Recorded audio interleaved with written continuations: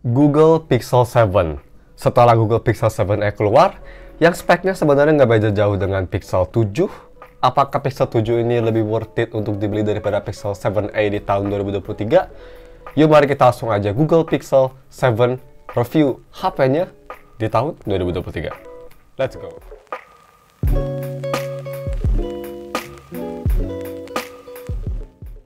Halo guys, nama gue Selamat dari StefTech dan mari kita langsung aja review si Google Pixel 7. Seperti biasa, yang pertama mari kita bahas untuk harga dan speknya. Untuk harganya sendiri, kalian bisa beli Google Pixel 7. Ini tuh gak usah takut ya guys. Kondisinya, bea cukainya udah terdaftar, nggak ada masalah untuk email resmi jadinya. Ini kalian bisa beli base modelnya Pixel 7 kira-kira di sekitar 10,5 juta. Itu yang punya RAM sebesar 8GB dengan internal storage sebesar 128GB, nggak ada expandable storage. So, untuk harga segitu, speknya sendiri dia pakai Google Tensor G2 generasi keduanya, terus punya layar 6,3 inci, flat display, Full HD, 90Hz refresh rate, storage-nya sudah di UFS 3.2 yang pastinya, dan juga sudah di USB Type-C 3.2, nggak kayak Xiaomi yang masih USB Type-C 2.0 jadi lemot transfernya. Dan juga dia punya baterai sebesar 4300 mAh baterai yang bisa fast charging sampai 20 watt. So, kalau misalnya kalian mau beli HP ini atau kalian ingin wallpaper yang ada di HP ini, gue udah taruh dua-duanya, linknya ada di deskripsi. Oh ya, sebelum masuk ke full review-nya, kalau misalnya kalian ingin lihat day in the life atau vlog pakai HP ini, videonya akan rilis minggu ini ya, jadi stay tune. Oke, next mari kita bahas untuk desain dan displaynya. Terutama yang pertama untuk desain. Guys, ini hands down desainnya gue paling suka di Android. Karena ini tuh distinct banget ya. Kalau misalnya kalian lihat desain kayak gini, pasti kalian langsung tahu ini Pixel. Dan in general juga ini desainnya menurut gue kerasa cantik banget, apalagi di warna putih ini. Frame-nya sekarang, si frame kameranya metal, bukan kaca, dan sudah nyatu dengan frame sampingnya jadi kelihatan seamless dan kelihatan premium. Bodi belakangnya terbuat dari kaca dan bodi samping yang pastinya dari aluminium. Nice. Sedangkan di depan, ini desain depan sendiri memang seperti HP Android lainnya ya. Dia dot display, bezel bawahnya masih agak tebal, belum simetris, tapi overall menurut gue kelihatan modern lah ya. Cuma memang agak ngebosenin desainnya, karena hampir semua Android sekarang kan desainnya kayak gini. Tapi yang gak ngebosenin itu one-handed usage-nya. Ini HP hanya 6,3 inci, yang menurut gue ya, untuk tangan gue itu cukup compact. Jadi one-handed usage pakai HP ini jauh lebih enak daripada 14 Pro Max gue yang pastinya. 4 corner masih bisa dicapai dengan baik, dan overall, ini one-handed usage di HP ini kerasa sangat comfortable. Dan juga untuk beratnya, menurut gue ini bobotnya juga pas banget, kerasa berat, tapi gak sampai overwhelmingly heavy. Kayak iPhone 14 Pro Max, kalau misalnya kita coba ukur pakai scale, ini beratnya kira-kira di bawah 200 gram ya, di 196 gram. Jadi menurut gue pas banget lah untuk size-nya. Nice, gak kayak HP Cina yang keentengan, atau gak kayak HP-HP apa yang edan-edan desainnya kayak Z Fold yang keberatan. Oke, next untuk NFC, yang pasti di HP ini ada NFC ya. Posisinya ada di belakang. Kalau misalnya kita coba scan pakai kartu GTO kecing, dia scanningnya sangat snappy itu. Bisa kita lihat, tempelin, langsung bekerja. Cuma memang ini kadang nggak bekerja karena Tokopedia lagi error seperti biasa. Come on. Nah, there you go. So ya, NFC bekerja dengan baik, very nice. Dan next, mari kita bahas untuk display-nya sendiri. Ini display-nya memang 90 Hz. Tapi menurut gue, nggak terlalu beda jauh sama 120 Hz kalau misal kalian nggak dibandingin side by side. Dan kualitasnya sendiri, ini displaynya menurut gue sangat baik ya. Dibanding sama Pixel 6, menurut gue ini displaynya nggak ada masalah sama sekali. Nggak ada color tint issue, nggak ada kayak shadow-shadow nggak jelas, nggak ada multi-touch ghost issue. Overall, displaynya perfect dan kualitasnya ini sangat bagus. Punya warna yang lebih ke arah natural, nggak kayak Samsung. Ini lebih ke arah Apple warnanya. Natural, view angle perfect, deep black, dan juga yang pastinya kelihatan sangat jernih banget ini layarnya. Very nice. Karena pastinya ini Full HD, layar kecil, jadi PPI di atas 400. Oke, untuk visibilitas di bawah sinar matahari, HP ini juga gak ada masalah. Ini peak brightness bisa sampai 1400 nits ya. Jadi, under sunlight, bisa kita lihat, pemakaian masih kelihatan, HP-nya masih cukup terang, walaupun memang gak seterang kayak 14 Pro Max, tapi masih plenty terang, jadi masih sangat usable. Masih flagship lah, gue bisa bilang. Dan menurut gue nih yang nomor satu di HP ini, yaitu dari si haptic feedback-nya. Yap, Pixel 7 dan juga yang pastinya Pixel 7 Pro, ini haptiknya menurut gue superb banget. Nomor satu, nomor satu. Dibandingin sama iPhone 14 Pro Max sekalipun, ini haptiknya jauh lebih enak, lebih powerful, lebih bulat, dan lebih feedbacknya lebih kerasa. Terutama buat ngetik keyboard, ini enak banget lah dibanding sama iPhone. Very nice. Nah, next, untuk si biometriknya. Ini memang salah satu kelemahan besar sama Google Pixel ya pada zamannya di Pixel 6. Dan di Pixel 7 memang ini fingerprintnya kerasa lebih cepat dan juga kerasa jauh lebih optimize, lebih sering akurat, lebih sering unlock daripada Google Pixel 6 yang dulu. Tapi yang gue rasa ini setelah update terakhir, walaupun memang makin bagus fingerprintnya, tapi kadang-kadang kalau tangan gue sangat kering, seperti super dry ya, tangan gue super kering banget, itu nggak bisa nge-scan. Terutama di tangan kiri ya. Kalau tangan kanan jempol gue nggak ada masalah, tapi tangan kiri jempol kadang-kadang dia suka nggak mau nge-scan. Jadi harus dibasahin dikit baru mau nge-scan. Tapi saat itu, ini optical fingerprintnya menurut gue improvement yang cukup besar dibanding versi sebelumnya. Ya mudah-mudahan di Pixel 8 ya, Pixel bisa pindah ke ultrasonic atau ya optical yang lebih bagus lah ya. Mudah-mudahan. So, next, mari kita bahas untuk audio quality-nya. Pertama, mari kita bahas audio quality via headphone jack, karena HP ini nggak ada headphone jack, jadi pakai Type-C converter. Kualitasnya ini menurut gue khas HP Google ya, lebih ke arah balance. Gue coba tes pakai headphone Moondrop 2, itu masih bisa mempertahankan sound signature bright-nya Moondrop 2. Suaranya juga ini sangat bagus, jernih, soundstage oke, dan juga full volumenya bisa keras banget. Ini di volume sangat bawah banget aja tuh bisa kita lihat di sekitar 35%-an udah keras banget. Jadi ini amplifiernya cukup bagus buat para audiophile. Dan juga untuk si speakernya, ini dual speaker, tapi memang ini sayang banget menurut gue ya. Speakernya gak kerasa kayak HP flagship, ini kerasa kayak HP budget flagship. Let me explain. So ini speakernya memang dia punya vokal yang sangat jernih dan sangat crispy banget, enak didengar. Cuma memang dia itu bassnya agak sedikit flat, jadi kayak agak sedikit cempreng di beberapa instrumen. Dan juga untuk instrumennya sendiri atau background noise-nya sendiri, ini kerasa kayak rada mendelep dibanding sama kayak iPhone ya. Dibanding sama iPhone 13 atau iPhone 14 yang biasa, ini kerasa kayak nggak jernih gitu si suara instrumennya tuh. Tapi sih masih cukup oke menurut gue ya, masih acceptable dan yang pastinya masih enjoyable juga. Di full volume-nya juga ini HP bisa keras banget kok, bisa super keras dengan minimum distorsi. Cuma ya itu aja, agak sedikit kurang high quality ya. Kalau misalnya mau dibandingin sama iPhone, misal iPhone tuh 10 dari 10, ini kayak sekitar 8,5 dari 10 speakernya. Ini dia tesnya, gue rekomen kalian pakai headphone biar bisa ngedengerin lebih detail. Check it out guys.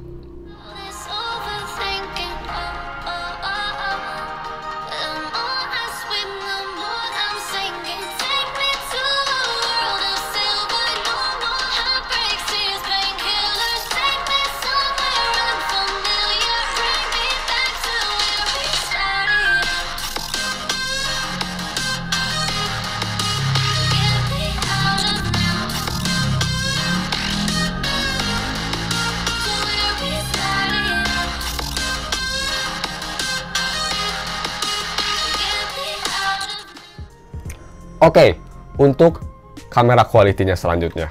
So, foto quality-nya pertama, kamera belakang. Ini yang pastinya improvement dibanding previous version. Main kamera 50 megapiksel dan secondary kamera 12 megapiksel ultra wide. Sedangkan kamera depan dia ada di 10,5 megapiksel dan semua kamera itu bisa nge-record di resolusi 4K 60. Untuk kamera belakang, main kameranya bisa nge-record di HDR kalau di resolusi 4K 30 atau di resolusi 1080p 30 fps. Untuk foto quality-nya gue bisa bilang ini HP terbaik yang pernah gue pakai untuk foto quality. Yang pernah gue review ya. Ini menurut gue yang terbaik. Kualitas foto ini gue jauh lebih suka daripada iPhone 14 Pro Max gue. Kenapa? Karena gambarnya tuh kerasa lebih natural, gak over sharpen, high contrast yang gue suka banget, dan juga bener-bener khas pixel ya, kerasa jernih banget, high contrast, warnanya kerasa natural, dynamic range perfect, dan overall gambar kelihatan jernih dan enak dilihat. Ultrawide-nya memang cukup bagus juga, tapi memang ultrawide-nya sih biasa aja menurut gue ya. Bagus fotonya. Dia punya temperatur warna yang sama, gambar masih kelihatan sharp dan jernih, tapi nggak sebagus main kamera. Kalau misalnya kalian nggak butuh banget ultrawide, mending ke main kamera aja ya, seperti biasa. So, kualitas foto bagus banget, Dan juga untuk foto selfie di di Pixel 7, ini menurut gue bagus juga. Dia yang gue suka, walaupun ini Android, tapi fotonya lebih ke arah true to life, jadi nggak pakai filter-filter nggak jelas, nggak kayak HP Korea atau HP Cina sebelah. Dan gambar kelihatan jernih, sharp, warna natural, dan juga exposure-nya tuh kalau misal di belakang ada cahaya terang juga masih bisa nangkap subjeknya, walaupun agak sedikit struggling. Masih oke lah. So, untuk video recording, di sini kita bakal simple aja, bakal teknikal aja. Kita bakal nge-record di resolusi 4K 60, 4K 30, dan juga 1080p 60 fps. Kalau misalnya kalian ingin lihat full vlog atau bener-bener ingin lihat real world performance-nya, minggu depan bakal ada vlog event Wibu ya, pakai HP ini. Sekalian tes juga gimana battery life-nya, jadi stay tune. So, sekarang kita tes aja videonya di 3 resolusi tersebut. Check it out guys. Oke, so ini ada Pixel 60, Pixel 7 video recording 4K 60. Kelihatan ini sangat stabil juga di viewfinder, cuma memang kalau panning dia agak sedikit kayak digital gitu ya, kayak gak sesmooth di viewfindernya gitu, kayak ada snappingnya dibanding iPhone. Overall sih masih bagus. Untuk pixel ya, untuk kelas pixel yang biasa burik, so videonya ini cukup oke sih kelihatannya di viewfinder. Kita langsung aja moving on ke 4K 30 dan 1080p 60. Oke, so ini di video recording pakai resolusi 4K 30 fps. Ini dengan HDR-nya mati yang pastinya, hanya 4K 30 fps biasa. Lumayan smooth. Tadi, nah ada jeglukan masih cukup oke. Bisa kita lihat, cukup bagus. Nah sekarang kita bakal switch ke 1080p 60 fps yang menurut gue ideal buat saving storage. Nah ini dia video recording pakai resolusi 1080p 60 fps, jauh lebih smooth. Tapi yang pasti detailnya bakal ke sacrifice yang menurut gue agak kurang worth it lah. Mending ke 4K 30 aja deh daripada 1080p 60. So ya, ini dia kualitasnya, dan mari kita moving on ke gaming performance-nya. Let's go. Nah next mari kita bahas untuk gaming performance-nya. So, gaming performance di HP ini memang Tensor G2 sama Tensor G1 nggak terlalu beda jauh ya, karena memang dari segi CPU sama GPU nggak beda jauh. Google tuh nge-improve besarnya tuh di TPU ya, di tensor performance-nya. Yang artinya AI-nya ini jauh lebih baik untuk day-to-day performance dan juga background activity. Jadi untuk gaming memang bukannya the best, tapi kalau misalnya kalian mau coba main game kayak Genshin Impact, di HP ini masih bisa asalkan di low setting. Gue tes di low setting dengan FPS 60, bisa kita lihat awal-awal itu masih agak loading ya, masih loading aset, jadi masih ada stuttering. Tapi setelah itu surprisingly gameplay lumayan smooth. Dapat FPS kira-kira sekitar 50-60-an, dan juga ini HP nggak cepat panas banget. Ini yang gue salut. Biasanya HP Google tuh sebelumnya cepat panas, kalau di Pixel 7, sekarang ini HP nggak kayak burning phone ya, nggak kayak di Pixel 6 atau di Pixel 6a. Lumayan adem, walaupun agak sedikit anget kalau main game kelamaan, tapi dia cukup fun lah, cukup playable untuk main game berat kayak Genshin asalkan di low setting. Kalau di high setting ya pastinya bakal panas. Dan menurut gue di HP ini yang sangat enak banget, yang gue sangat rekomend buat para rhythm gamer, buat main game rhythm. Di Google Pixel 7 main game rhythm ini perfect banget ya. Pretty much kayak main di Apple device. Gak ada touch delay, dan juga super responsif banget, gak ada audio delay. Terus kalau misalnya kalian ingin main 90Hz, kalian bisa download versi Jepangnya kayak Bandori versi Jepang atau Project Sekai. Mereka support high refresh rate, jadi main game rhythm pakai 90Hz memang jauh lebih enjoyable daripada 60Hz. Itu berguna banget menurut gue. So overall, gaming performance menurut gue di Pixel 7 solid banget. Dan juga nggak kalah solidnya menurut gue dari si UI experience-nya. Ini sangat mantep banget yang pastinya ya. So, untuk Android sendiri, ini out of the box. Pixel 7 sama Pixel 7 Pro yang pastinya di Android 13, bisa kita lihat. Jadi, HP ini masih disupport sampai 3 tahun ke depan, sampai Android 16, dan juga sampai 5 tahun security patch. Masih lama banget ya, buat yang nanya ini bisa future proof, wah ini masih lama banget ya pastinya. Dan untuk day-to-day performance, ini menurut gue bener-bener versi refine-nya Pixel 6. Ini refine banget, mungkin berkat TPU-nya ya di Google Tensor G2, sangat improve banget. Day-to-day performance kayak launching aplikasi itu kerasa kayak chipset yang 3 kali lipat lebih powerful dari aslinya. Launching aplikasi sangat cepat, sangat instan. Navigasi di aplikasinya juga seperti Tokopedia, smooth banget, gak ada masalah. Multitasking oke, dan juga launching game kerasa cepat dan seperti kayak HP flagship. Ya jauh lebih enak lah dibanding Google Pixel 6 ini performance-nya menurut gue. Dan juga ini masalah panasnya. Biasanya kan Google Pixel kalau bisa dipakai banyak aplikasi gitu suka panas. Di Pixel 7 ini surprisingly nggak panas loh guys.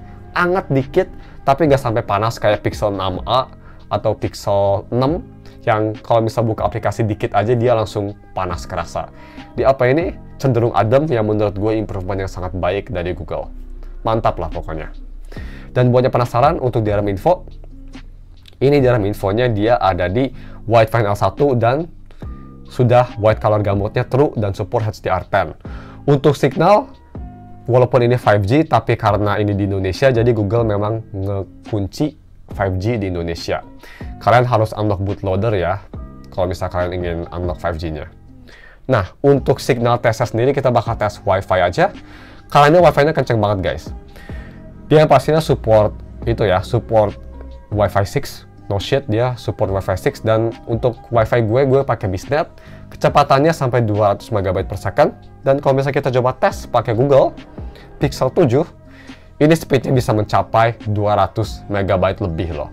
Mantep banget. Ini speednya one-to-one seperti kayak gue colok LAN ke PC. Sampai mentok ini speednya. Jadi ya, one of the best lah. iPhone gue aja nggak bisa sampai kayak gini. iPhone gue tuh downloadnya sekitar 100 MB dan uploadnya sekitar 250. Ini dua-duanya 200 loh. So ya, sangat impresif Google. Very nice. Nggak semua HP bisa kayak gini by the way. Mungkin mudah-mudahan ya, bisnetnya juga. I don't know. Nah, next, mari kita bahas untuk Pixel Experience-nya atau Pixel Exclusive fitur HP ini. Yang pastinya, Pixel 7 juga banyak Pixel Exclusive fitur. Seperti yang pertama, kalau misalnya kita ke kamera, seperti di iPhone, sekarang kalian bisa nge-record di HDR mode. Bisa kita lihat, 10-bit HDR. Yang pastinya lebih true to life. Ini seperti di iPhone 14 ya, yang pastinya. Dan juga, kalian bisa nge-record Cinematic mode. Ini kayak di iPhone 13 ya. Kalau misalnya kalian tahu, jadi kayak ada bokeh efek gitu. Ya kayak portrait video lah bahasa awamnya mah. Very nice. Dan juga ada fitur-fitur lainnya, fitur-fitur kecil seperti adaptive sound. Kalau misalnya kita ke setting dan kita search adaptive sound, ini pretty much adaptive sound tuh jadi dia mic-nya bakal bekerja ngikutin kondisi sekitar. Kalau misal kondisi sekitar sunyi, suaranya bakal ngikutin jadi biar gak keras banget. Kalau misal kalian nonton sesuatu, kalau misal suaranya environment-nya lagi keras, ini suaranya bakal dikerasin biar kalian bisa ngedenger. Jadi kalian tinggal cari adaptive sound di sound and vibration. Di sini ada adaptive sound, bisa kita lihat. Ya ini fitur yang lumayan berguna lah menurut gue ya. Kalau misalnya kalian malas ngatur volume, dia bisa ngatur sendiri. Tapi dia bisa kita lihat di sini lebih noticeable kalau misal di lower volume. Kalau di higher volume bakal sedikit unnoticeable. Dan juga ada fitur-fitur lainnya yang pastinya seperti yang gue suka, yaitu no playing. Jadi kalian gak usah nge-search song. Kalau misalkan lagi di mall ada lagu, HP ini langsung tahu tanpa kalian nge-search song ya. Jadi dia langsung tahu di home screen-nya dikasih tahu apa itu lagunya. Di lock screen-nya, sorry. Itu menurut gue berguna banget. Fitur yang menurut gue harap di semua HP termasuk iPhone ada sih fitur kayak gini. Dan juga ada fitur lainnya seperti live caption. Kalau misalkan nonton video, itu bakal kayak nge-live pakai Google Tensor-nya. Ngasih subtitle ke kalian, atau live transcribe. Kalau misalkan lagi di interview, misal interview orang Inggris, kalian bisa langsung nge-transcribe Inggrisnya jadi teks pakai voice memo yang ada di Google Pixel. Seperti biasa, itu pakai powernya Google Tensor. Dan juga gue rasa itu live caption sama live transcribe kerasa lebih cepat dan lebih smooth dibanding Pixel 6a dan Pixel 6. Improvement dari Google Tensor G2. Nice. So next, mari kita bahas untuk battery life-nya. So, gue udah pakai HP ini sekitar 4 harian. Dan ini battery life-nya menurut gue cukup solid ya. Ini lebih solid daripada Pixel 6. Dia masih bisa bertahan full 1 hari, 1,5 hari malah.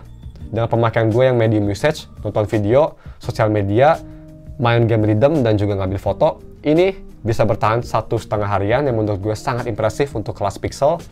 Dengan SOT kira-kira sekitar 7-8 jam. Cukup impresif. So, sebelum kita ke konklusinya, mari kita bahas kelemahan di HP ini. Apakah di HP ini ada kelemahan? Yang pastinya nggak semua HP perfect, dan di HP ini juga menurut gue ada sedikit kelemahan dari HP ini. Yang pertama, yang seperti gue mention di awal video, speakernya. Ini speakernya menurut gue salah satu weakest faktor dari HP ini. Bener-bener kurang bagus menurut gue ini speakernya. Gue harap next Google Pixel 8 ya, speakernya jauh lebih baik. Dan yang kedua, ini untuk video recording. Kualitas videonya sendiri menurut gue udah jauh lebih improve daripada versi sebelumnya. Tapi yang gue rasa dia itu kadang suka susah fokus. Terutama kalau misal ada kayak refleksi di kaca, dia nggak bisa fokus ke objek tersebut, kayak jadi bingung gitu fokusnya. Sedangkan kalau di iPhone itu nggak ada masalah. Itu aja sih. Itu benar-benar minor juga ya, dan juga kejadian fokus gitu tuh jarang banget. Jadi memang ini kelemahannya sangat minor, dan overall ini HP menurut gue solid banget. Jadi mari kita langsung aja ke konklusinya. Konklusinya, apakah gue ngerekomen kalian beli Google Pixel 7 di tahun 2023 dibanding Google Pixel 7a? Well, tergantung ya, karena harganya juga nggak beda jauh. Tapi sih gue sendiri lebih suka Google Pixel 7. Karena build-nya lebih premium, dan overall ini juga harganya nggak terlalu beda jauh menurut gue ya. Karena di Indonesia kan agak naik Pixel 7a harganya untuk sekarang. Jadi overall gue sangat rekomen banget di harga 10 juta. Ini mungkin bisa jadi alternatif yang lebih baik daripada Galaxy S23. Menurut gue Pixel 7 ini lebih baik daripada S23. Terutama dari OS-nya, dia Pixel Experience tuh bener-bener OS yang kalian harus experience sendiri. Karena ini jauh lebih bagus daripada skin OS lainnya menurut gue. Daripada One UI, MIUI, Pixel Experience masih the best menurut gue. Terus dia punya haptic yang strong banget, bagus banget ini hapticnya. Dan yang paling penting, kamera quality yang menurut gue ini nomor 1 yang pernah gue review. Gak cuma itu juga, desain yang distinct banget ya. Samsung kan sekarang desainnya udah agak bosenin. Xiaomi atau HP Cina lainnya desainnya pasti gitu semua lah ya. Pixel 7 menurut gue, dan juga Pixel 7a, Pixel 8, desainnya bener-bener on your face banget, bener-bener remarkable, bener-bener beda dari sendiri. Kalau misal kalian suka ingin pamer-pamer, ini yang pastinya HP bakal bikin orang ngelirik lah ya. So, overall gue sangat rekomen HP ini. Gue memang suka Google, jadi HP ini memang sangat bagus banget. Daripada Pixel 7 Pro sekalipun menurut gue, kalau misal kalian nggak suka Edge display, mendingan kesini aja karena bedanya nggak terlalu jauh. Dan juga kalau misal kalian nggak butuh telefoto sih, mendingan ke Pixel 7 aja. So, mungkin cuma segitu aja video reviewnya ya. Seperti biasa, mohon maaf kalau misalnya ada kesalahan atau ada fitur yang kelewat, atau gue ngomongnya kecepatan, I'm sorry about that. Minggu depan bakal rilis video vlognya, jadi stay tune, gue juga excited ngebuat video tersebut. Thanks for watching, we'll see you in another video. Bye.